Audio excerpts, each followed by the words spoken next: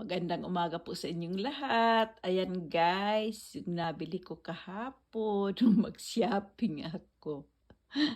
Palanopsis guy. Ayan, ang cute niya. Kulay yellow. At saka may purple sa gitna.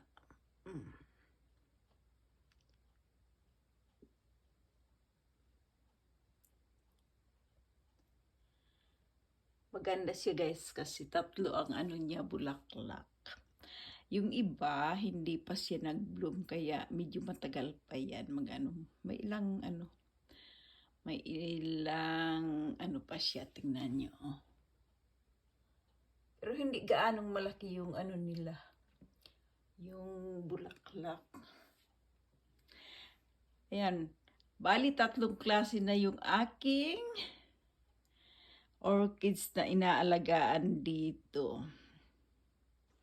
Yung isa pure white, at saka yung isa naman yung may white and purple sa gitna. Ito naman yellow and purple, di ba? Ang cute niya, guys.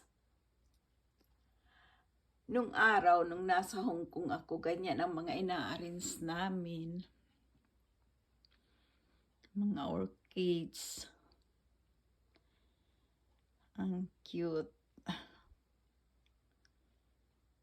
Diba?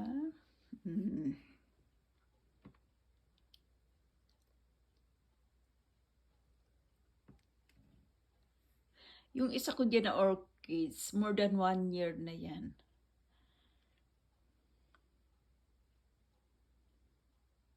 Sige guys, maraming salamat sa panunood nyo. Ingat kayo lagi. Bye-bye.